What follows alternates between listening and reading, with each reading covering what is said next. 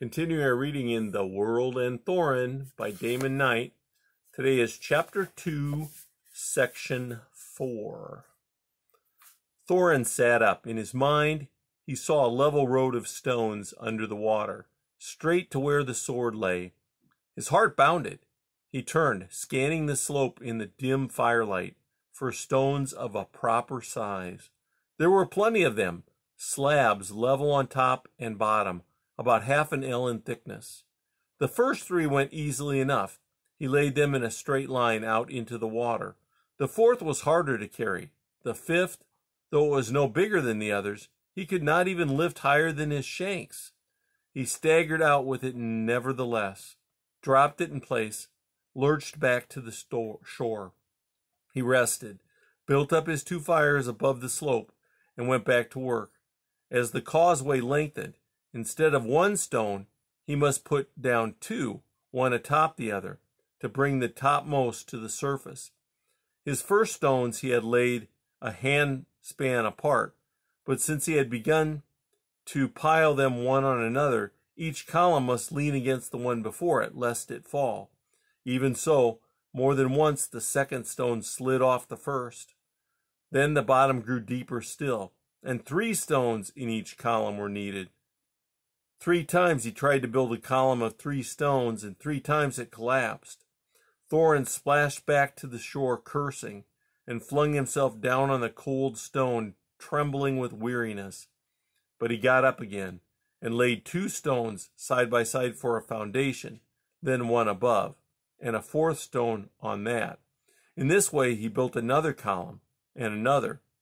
Time passed. The fires burnt low, and he built them up again.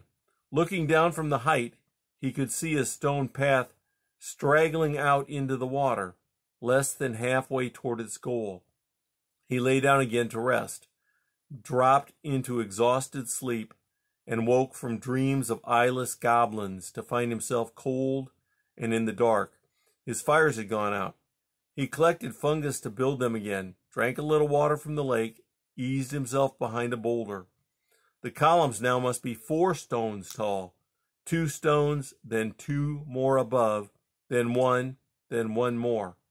When he had built one such column of 6 stones, his arms were like lead, his breath burning in his chest.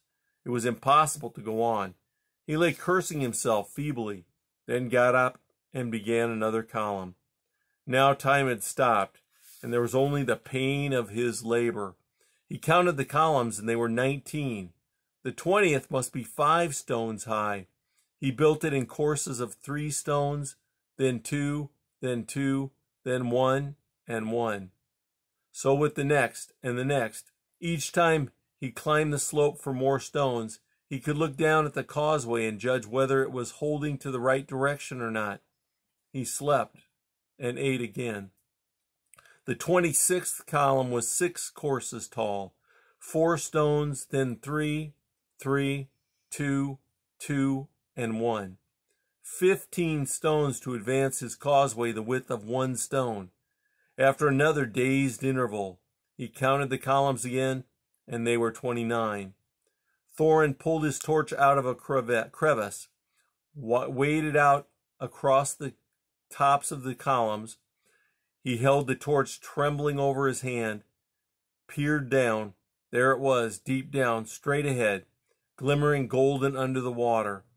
He went back, wedged the torch into its crevice again, climbed the slope for more stones. He built his last column carefully. 4 stones, then 4 more, then 3, 3, 3, 2, and 2. The final course came above the surface of the water. He went back for a torch, wedged it in between the 2 topmost stones.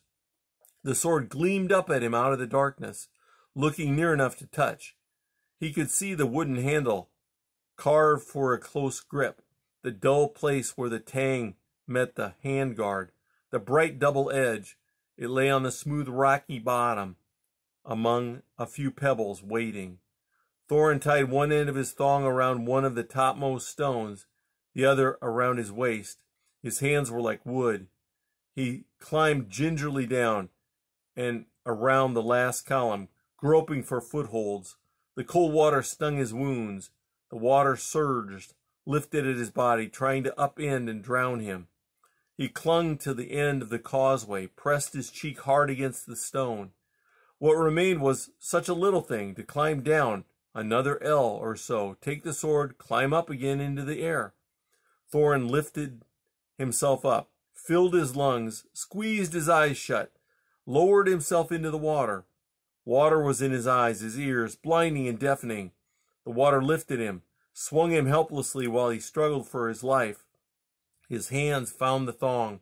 He pulled, came up, choking and gasping. The trouble was, perhaps, that he had tried to climb down the wall of stones as if it were in air, but the unfamiliar lift of the water had tricked him, thrown him off balance. Caution, then, was his enemy. He must plunge boldly into the water, let himself sink to the bottom, take the sword, and pull himself back to safety. It was harder to do than to think of. Twice he tried to throw himself off. Twice his muscles refused him. At last he climbed down until the water was up to his chest, then closed his eyes as before and lunged forward. At once he found himself choked, floundering, turning. He could neither sink nor rise. He pulled himself out again, coughing, spewing up water. He sat on his causeway and looked back at the length of it, dimly shining under water in the torchlight. What bitterness to be defeated after such labors. But without the art of swimming, he could not move under water. The treacherous stuff would not even let him sink. A thought came to him, and he stood up wearily, looking down at the stones of the causeway. He bent, seized one of them half under water, and hoisted it out, groaning with effort.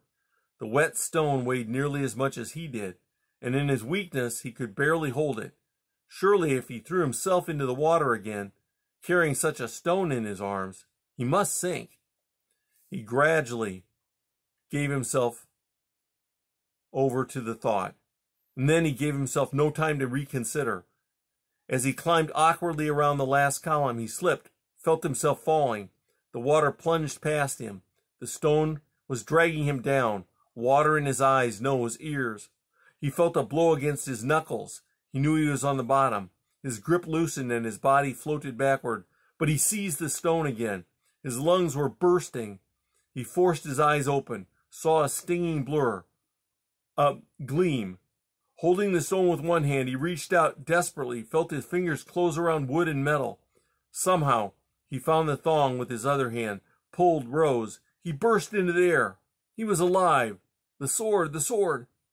His heavy arm came up, and in his hand, streaming water, was the bright metal. And that's the end of section 4.